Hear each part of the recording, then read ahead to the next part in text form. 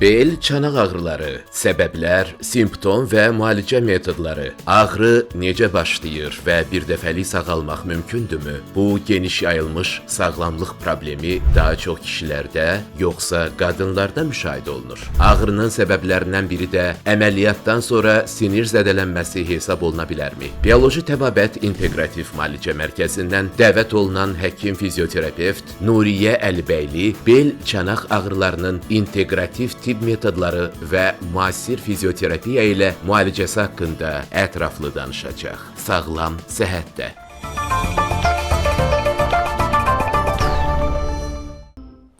Efirdə Sağlam Səhətin Saatıdır və qonağımız Bioloji Təbabət İnteqrativ Müalicə Mərkəzinin həkim-fizioterapevti Nuriyə Əlibəylidir. Xoş gəlibsiniz, Xoş gününüz doktor. olsun, xoş gördük. Və biz həkimimizlə bel çanaq ağrıları haqqında söhbət aparacağıq. Əziz tamaşaçılar, Bioloji Təbabət İnteqrativ Müalicə Mərkəzi Seyid Cəfər Pişəvəri 110 ünvanında yerləşir. Memar Əcəmi metro stansiyasının yaxınlığında. Bu klinikanın Masallı, Göyçay və Sumqayıtda filialları fəaliyyət göstərir. Telefon nömrəsi 430 89 89. Eyni nömrəni 050 055 və 070 ilə də yığa bilərsiniz. İndi isə keçək qonağımızın təqdimatına. Həkim fizioterapevt Nuriyə Əlibəyli Azərbaycan Tibb Universitetinin Müalicə işi və profilaktikası fakültəsini bitirib. 2008-ci ildən Bioloji Təbabət İnteqrativ Müalicə Mərkəzində fəaliyyət göstərir. Bu illər ərzində müntəzəm olaraq bioloji təbabət üzrə Almaniya, Kolumbiya, Rusiya, İsveçrə və Ukrayna mütəxəssisləri tərəfindən keçirilən homosinetriya, biopunktura, akupunktura, mezoterapiya kimi seminarlarda iştirak edib və müvafiq sertifikatlar alıb. İstanbulda, Ankarada, İzmirdə fizioterapiya üzrə tibbi kurslar Türkiyənin müxtəlif şəhərlərində və İtaliyanın Milan şəhərində keçirilən konferansların iştirakçısı olub. Dayaq hərəkət sistemi xəstəlikləri, fəqrarası disk yırtıqları, onurğa əyrilikləri, yastı pəncəlik, artroz, artrit, uşaqlarda serebral iflic xəstəlikləri və digər xəstəliklərin fizioterapiya vasitəsilə müalicəsində uğurlu nəticələr əldə edib. Təkrar xoş gəlibsiniz, doktor. Bel çanaq ağrıları haqqında sizinlə danışacağıq. Çox qəribədir, doktor. Bel ağrıları ilə bağlı bizə müraciət edən izləyicilərin, baxın, 99% demirəm, 100% yazır ki, yəqin ki, belində qrija var, fəqrarası disk yırtığı var. Beldə bir ağrı varsa düşünün ki, mütləq ki, səbəbi fəqrarası disk yırtığıdır. Nə qədər dərəcə, neçə faiz səbəb fəqrarası disk yırtığı olur, doktor? Yəni, ağrılarına başqa səbəb gəlmir? Bəli, bəli. Bugün xüsusilə o mövzuya toxunacağım. Yəni, təsadüfən deyil, bel çanaq ağrılarını bir yerdə seçdik. Çünki qonşu nahiyə, belə deyək, yerləşdiyinə görə bu ağrılar demək olar ki, əksər vaxtı bir yerdə təsadüf edilir. Yəni, nədənsə doğrudan da insanların ilk ağlına gələn bel ağrıları, çanaq ağrıları, ayaq ağrıları dedikdə ilk ağrılarına gələn məndə fəqrarası disk yırtığı var deyə düşünürlər. Əlbəttə, bu həmişə belə deyil. Burada yəni əsas nüanslara toxunacağım. Bugün hamısını əhatə eləsək, əlbəttə ki, zamanımız buna çatmaz. Amma bel çanaq ağrılarını fəqrarası disk yırtıqlarından kənar bir çox xəstəliklər var ki, törədə bilər. Yəni, bu ümumiyyətlə ağrı olan nahiyədə həmin ağrı nahiyəsini əhatə edən orqanlar, istər daxili orqanlar, istər fasiyalar, istər oynaqlar, əzələlər, vətərlər, vətər yataqları, bağlar, yəni ağrı varsa bunların hamısı kompleks nəzərdən keçirilməlidir. Əlbəttə, bunun üçün mütləq ağrı həmin, belə deyək də, həmin ixtisasa məxsus olan mütləq mütəxəssisə müraciət etmək lazımdır ki, yəni bu ağrının qaynaqlandığı səbəbləri tapmaq. Düzdür, bel ağrıları, yəni fəqrarası disk yırtıqları bel ağrıları verir, beldən çanağa, ayağa doğru iradiasiya edən ağrılar verir. Amma dediyim kimi, hər zaman bu ağrılar fəqrarası disk yırtığı ilə bağlı olmur. Məsələn, nəzər salsaq, dediyim kimi, qonşu oynaqlara, qonşu orqanlara, tutaq ki, iliosakral dediyimiz oynaq var ki, bu belin aşağı hissəsində yerləşir və oma qalça oynağıdır. Yəni, xırda bir oynaqdır, oma qalça oynağı. İliosakral oynağın disfunksiyası özü bel çanaq ağrılarına gətirə bilir. Adətən bu nə zaman olur? Həmin oynağın, oma qalça oynağın blokadası, həmin oynağın artrozu, həmin oynağın iltihabı, sakroileit dediyimiz xüsusilə də revmatik xəstəliklərin bir çoxunun əlaməti ola bilir. Yəni, bəzən bel ağrıları ilə maqnit rezonans müayinəsindən keçəndə biz çox vaxt bunu doğrudan da bizim mütəxəssislərimiz vurğulayırlar. Orada iliosakral oynağında ödem, iltihab, hər hansı bir disfunksiya olduğunu qeyd edirlər. Və doğrudan da xəstəni müayinə etdikdə baxırsan ki, ağrı elə həmin nahiyədən qaynaqlanır. Bilirsiniz, hər zaman beldə çıxan protruzya, qabarmalar həmin ağrıları yarada bilməz. Tutaq ki, lap yırtıqlar. Əgər beldə bir yırtıq, maqnit rezonans müayinəsi zamanı hər hansı bir protruzya, orada bir qabarmalar müşahidə edilibsə, burada mütləq onun yerləşmə yerinə və sinir kökçüyünü sıxıb-sıxmadığına baxmaq lazımdır.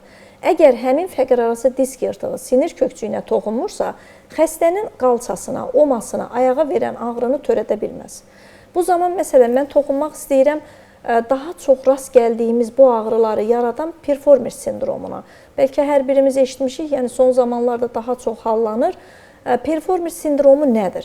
Yəni, performans sindromu, belə deyək də, sarğı nahiyəsində yerləşən armudvari bir, performans sözü armudvari bir əzələdir.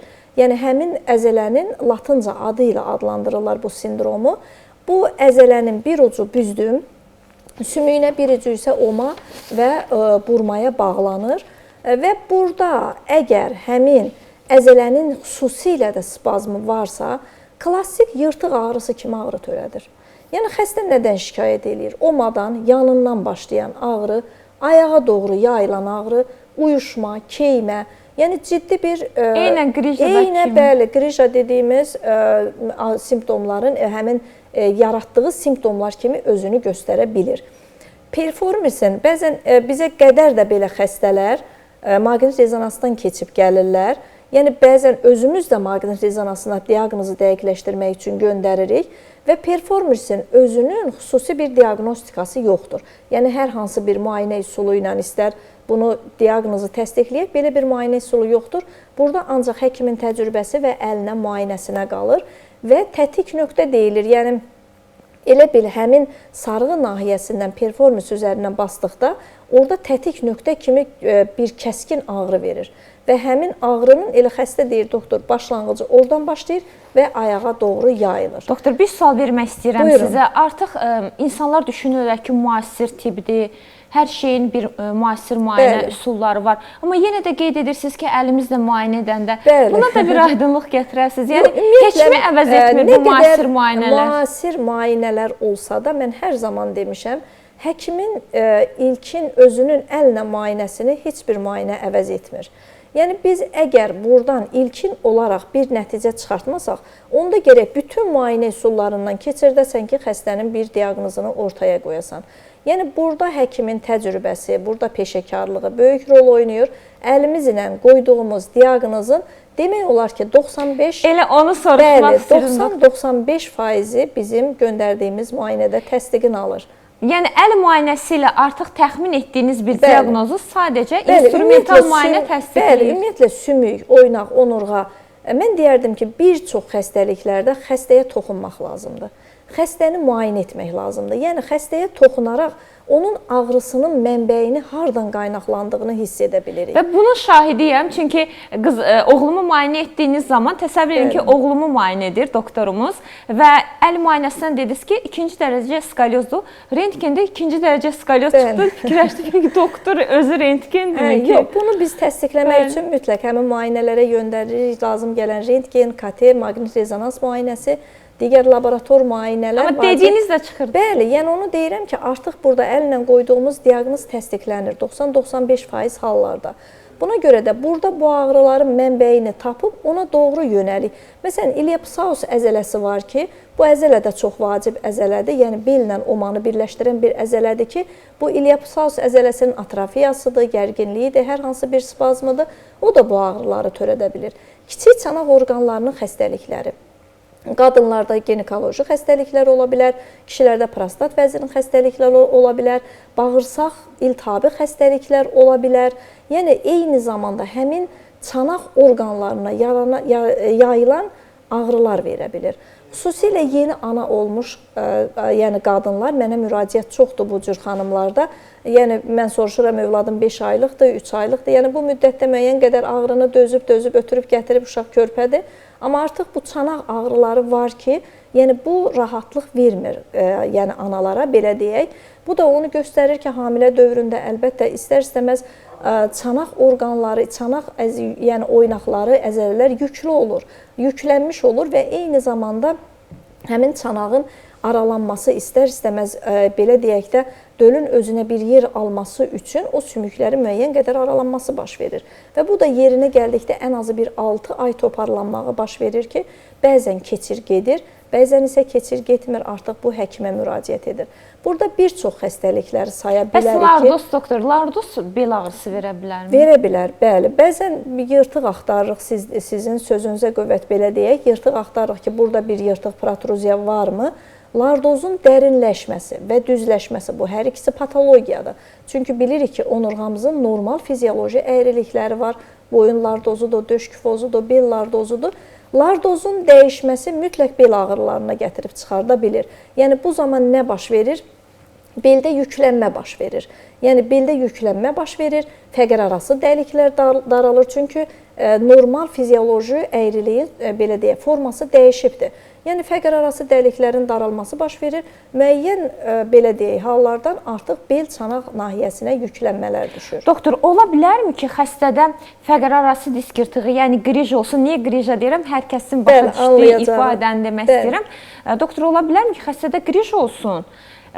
Bu müayinə zamanında bəlli olsun, aşkara çıxsın, amma ağrı heç də o fəqər arası disk yırtığından olmasın. Yəni fəqər arası disk yırtığı olub ağrı verməyə bilərmi, onu soruşmaq istəyirəm. Əlbəttə, fəqər arası disk yırtığının belə deyək də, ümumiyyətlə fəqərələrimiz doğrudan da mükəmməl bir quruluşa malikdir. Onların arasında yerləşən disklər onurğanın hərəkətliliyini, elastikliyini təmin edir. Həmin diskin özünün strukturu kənarları möhkəm fibroz həlqədən və içərisi pulpoz nüvədən, jeleyə bənzər nüvədən ibarətdir və eyni zamanda yanlardan möhkəm bağlarla əhatə olunmuşdur. Yəni burada fəqərə arası disk yırtığı bəli olur ki, təsadüfən də meydana çıxa bilir. Çünki əgər yırtığın yerləşmə yerindən asılıdır. Əgər yırtığın, yəni burada yırtığın ölçüsündən qətiyyən ağrıların heç bir əlaqəsi yoxdur. Əməliyyata qərar verim, verməyim deyə bunun ölçüsünün heç bir önəmi yoxdur. Yoxdur, doktor. Qətiyyən yoxdur. Yəni məndə böyük ölçüdə bir yırtıq var. Mən mütləq əməliyyata getməliyəm. Qətiyyən belə deyir. Burada həmin yırtığın yerləşmə yeri sinir kökçüyünü nə qədər sıxır, verdiyi fəsad və verdiyi kliniki nevroloji itkilər önəmlidir. Bəzən mənə müayinə göndərirlər, ya telefonda mı, WhatsApp-la mı? Doktor, bunu müalicə edə bilərsinizmi? Böyük ölçüdə bir yırtıqdır. Deyirəm, burada mütləq xəstənin özü müayinə olunmalıdır. Çünki yırtıq üçün göstərişlər var. Pəncədə pariz olmalıdır, atrofi olmalıdır. Yəni bir ayaq arıqlayır, artıq bu göstərir ki, burada kəskin ya uzun müddətdə bu ağrı davam edir, ya da birdən-birə kəskin sinir kökçüyünün sıxılması olubdur. CD saxlayan və ən pisi də kiçik çanaq orqanlarının funksiyasının itməsidir. Dediyiniz kimi CD saxlamamazlıq, CD-yə getməmə, ləngimə və s. kimi hallardır və ağrının şiddəti, ağrının davamiyyəti. Hər zaman deyirəm, ağrı əgər ağrı kəsici ilə kəsirsə, bunu əksər halda müalicə etmək mümkündür. Doktor, neyrocərrahlar da proqramda qonaq olanda qeyd edirlər ki, fəqər arası disk yırtığının 70-80% əməliyyatlıq deyil, bəlkə də daha çox faizi. 90-95% əməliyyatsız keçə bilər, doğrudan da. Çox az qeyd edirlər ki, biz doğrudan da mütəxəssislərimiz, neyrocərrahlarımız var ki, biz birgə işləyirik. Yəni, mən sadəcə olaraq biraz mübahisəli, biraz qaranlıq qalan məqam ola bilər ki, doğrudan mı bu müalicəyə sinir kökçüyü sıxılır, bir tərəfi tamamilə tutubdur, amma xəstədə çox da nevroloji itkilər yoxdur. Və bu zaman bir neyrocərrahın konsultasiyasına ehtiyacımız olur.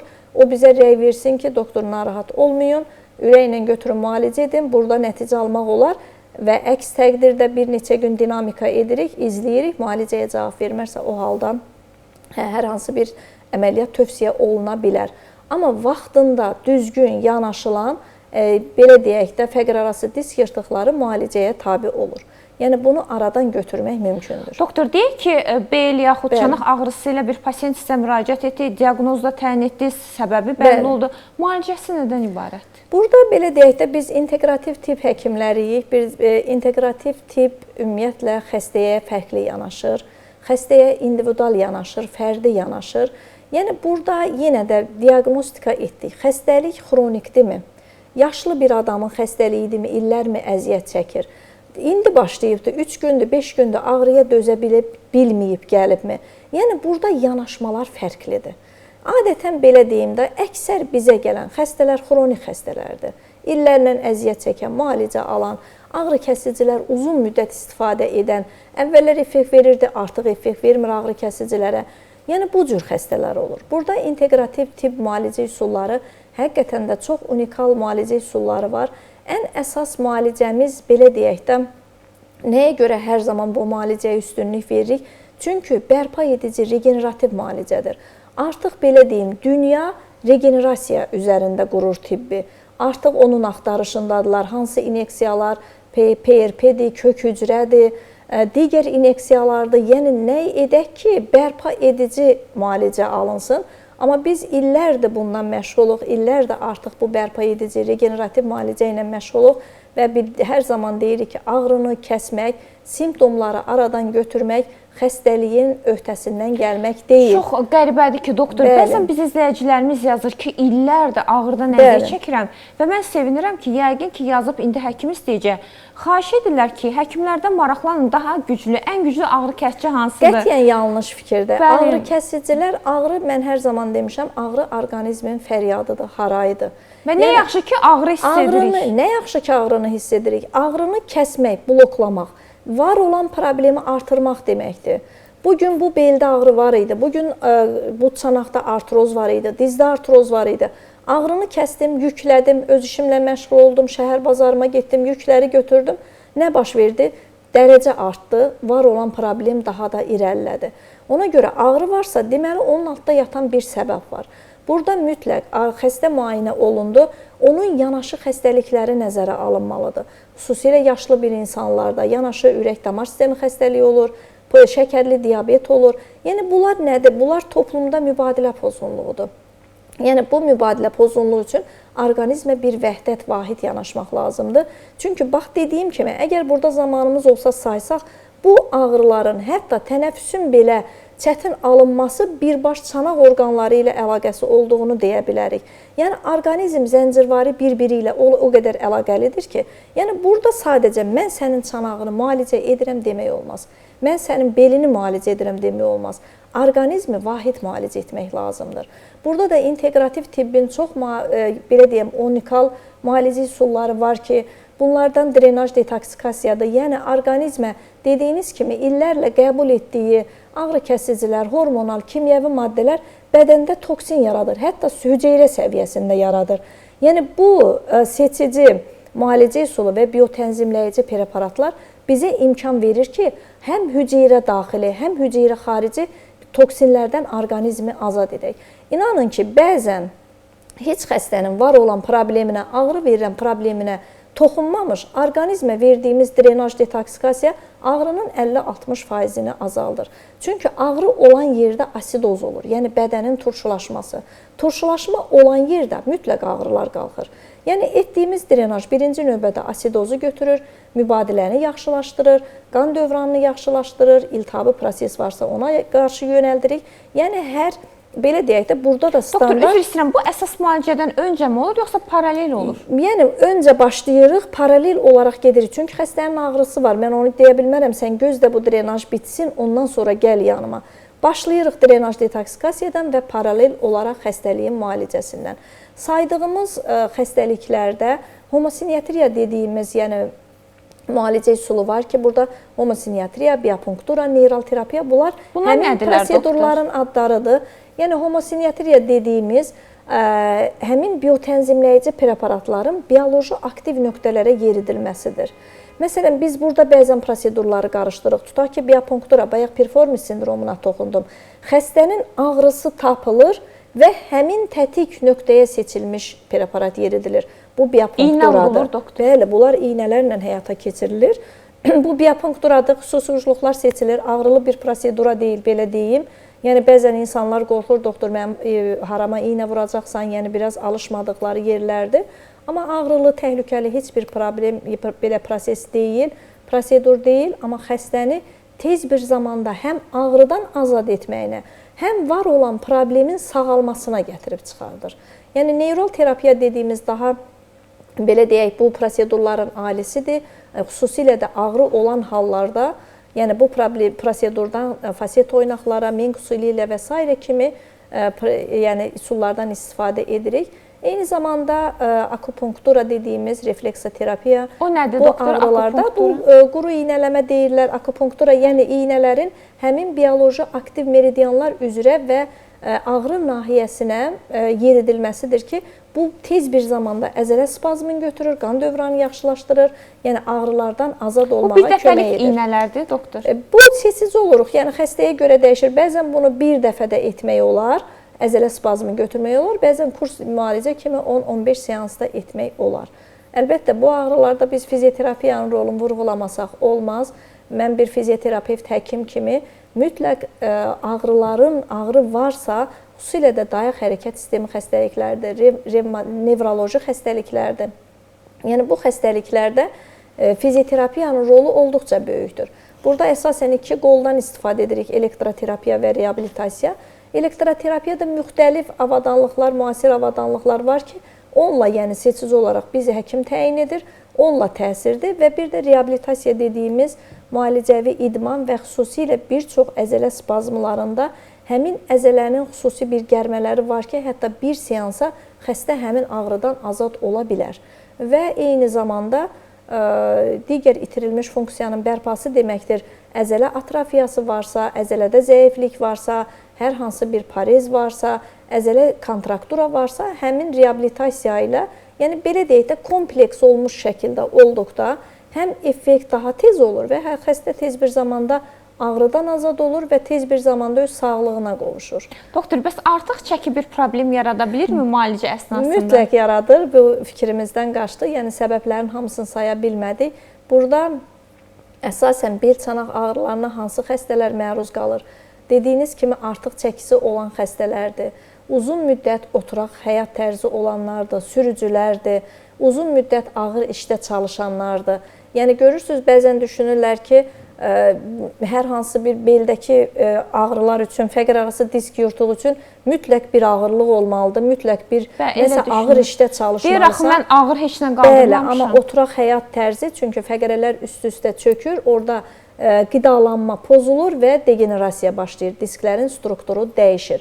Ona görə də bunun üçün heç bir ağırlıq uzun müddət, məsələn, uzun xüsusilə yol sürən sürücülərdə saatlarla oturaq vəziyyətdə qalırlar deyə, onlarda mütləq bu çanaq ağrıları, əgər xüsusilə də kiloludursa, birbaşa yəni həmin ağrıları yarada bilir və artıq çəki də dediyimiz kimi həmin çanaq bel əzələlərinə düşən yükü, belə deyək də, ümumiyyətlə orqanizmimizin çəkisinin 60-65% aşağı bel nahiyəsi və çanaq üzərindədir. Oturanda həmin çəki 2-yə qat artır. Əksinə artır, bəli, artır. Ayaq üstə durduqda, çünki bizim ayaqlarımız, digərləri, yəni həmin yükü götürməyə kömək edir. Oturduqda birbaş çəki həmin bel çanaq üzərində dayanır deyə, həmin var olan... Doktor, bir xəstə 100 kilodursa, 110 kilodursa, bəli, 200 kiloluq bir yükdür. Bəli. Ona görə də birinci növbədə oradakı var olan problemi, düzdür, xəstənin ağrısının götürülməsi labüddür. Xəstə ağrı ilə gəlib, mən onu deyə bilmərəm, geçən illərlə çəkini ver, sonra gəl müalicə edim. Ağrını götürürük, amma xəstə bu problemlə tamamilə, belə deyək, qurtulmaq istəyirsə, bu zaman mütləq çəkisi aşağı salınmalıdır. Hər zaman da xəstə bunu edə bilmir, əlbəttə buna mütləq kənardan bir dəstək lazım olur. Biz belə olduğu təqdirdə mütləq çəkili insanları, xronik insanları qaranlıq sahə mikroskopu deyilən bir müayinə var ki, qanın canlı mikroskopda müayinəsidir. Bu, ümumiyyətlə, orqanizm haqqında tam bir məlumat verə bilir bizə, ilkin məlumat. Bağırsaqlar haqqında, qan dövranı haqqında, qanın qatılığı, axıcılığı haqqında, qaraciyər böyrək yüklənməsidir. Yəni, ümumi bir mübadilə, həmin bayaq dediyim asidoz, turşulaşma barədə onun dərəcələrinə qədər ölçüb bizə verə bilir. və bu zaman həmin müayinəyə əsasən xəstənin çəkisi də, yanaşı xəstəlikləri də nəzərə alaraq yazdığımız drenaj detoksikasiya eyni zamanda xəstənin arıqlamağına, yəni çəkisinin verməyinə kömək eləyir. Əlbəttə, burada lazım gələrsə bir dietoloqla işləmək lazımdır. Çünki ac qalmaq çəki vermək deyil.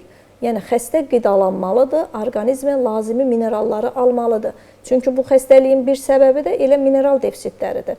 Əgər sümüyümüz üçün, oynaqlarımız üçün lazımı qədər minerallar olmasa, vitamin D, kalsium, magnezium, fosfor olmasa, yəni bunların əksərin biz normalda qidadan alırıq, günəşdən alırıq, qidadan alırıq.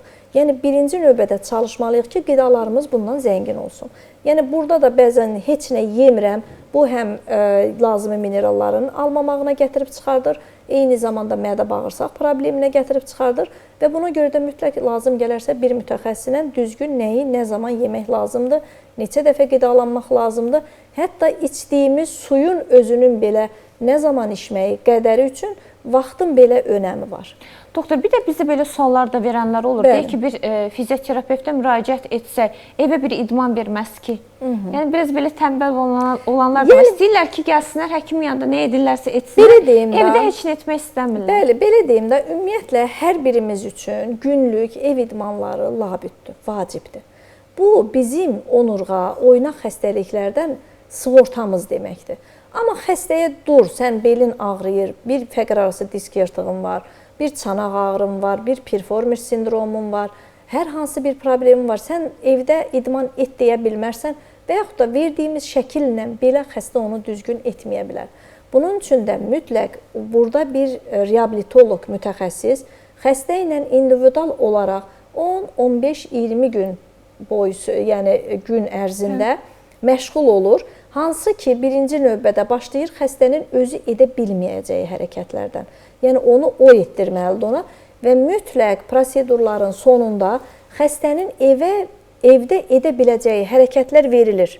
Mütləq verilir, doktor. Mütləq verilir. Çünki artıq xəstəyə şəkil verməsən belə, o ona hansı, bəzən doktorlar pilatesə gedə bilərəmmi, trenajora gedə bilərəmmi, üzməyə və artıq xəstə bilir ki, trenajora getsə də orada hansı hərəkətləri edə biləcək. Amma bir xəstə əzələmi gücləndirmək üçün durum trenajora gedim, birdən-birə başladığı, xüsusilə də əzələ zəifdirsə, birdən-birə başladığı idman əks təsir verə bilər və oradakı problemi daha da dərinləşdirə bilər. Bəs doktor, misal üçün YouTube-da o qədər var ki, bel ağrısı üçün bu hərəkətlər, çanaq ağrısı üçün 5 bu hərəkət edin, xilas olun. O zaman problemi olan insanlar onlara əməl etməsin. Yox, əgər ciddi problemi yoxsa, heç bir problemi yoxsa, yəni sadəcə olaraq profilaktik edə bilərsə, mən də alqışlayıram doğrudan da bu cür çəkilişləri ki, insanlar maariflənir, buradan istifadə edə bilirlər.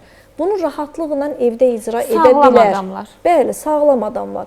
Amma bəzən olur da tərs hərəkət, bizə çox gəlir ki, idmandan zədələmişəm, birdən-birə başladım yükləməyə, ya adi bəzən heç ağır yük lazım deyil, saatlarla Beqavoy yürüyüş darışqasında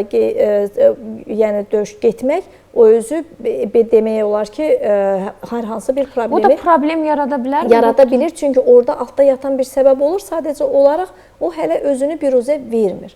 Buna görə də bunlar edə bilər, amma əgər xəstə bilirsə, onun hər hansı bir bel, çanaq, boyun nahiyəsində, diz nahiyəsində ciddi bir problem varsa, bu zaman mütəxəssisin məsləhət etdiyi hərəkətləri etməlidir. Doktor, son 3 dəqiqəmiz qalıb. Mövzu ilə bağlı tamaşaçılarımıza nə demək istəyirdiniz? Bütün söhbətimizin yekunu olaraq. Ümumiyyətlə, belə deyək də, hər zaman deyirik, ən yaxşı müalicə profilaktikadır.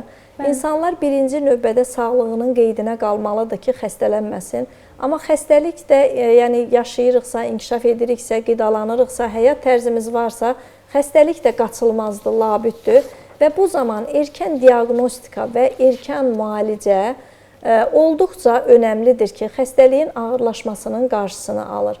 Və bu zaman belə deyək, həm biz həkimləri, həm özlərini çətinə salmırlar.